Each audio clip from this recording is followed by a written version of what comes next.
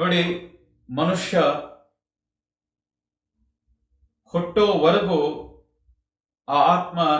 ದೇಹದೊಳಗೆ ಎಂಟ್ರಿ ಆಗೋವರೆಗೂ ಒಂದು ಪ್ರಶ್ನೆ ಇರ್ತದೆ. ನಾನು ಯಾಕೆ ಹುಟ್ಟಬೇಕು, ನಾನು ಏನ್ ಸಾಧನೆ ಮಾಡಬೇಕಾಗಿದೆ, ಏನ್ ಗುರಿ ನನ್ನದು, ನಾನು ಯಾಕೆ ಹುಟ್ಟತಾ ಇದ್ದೀನಿ ಅಂತ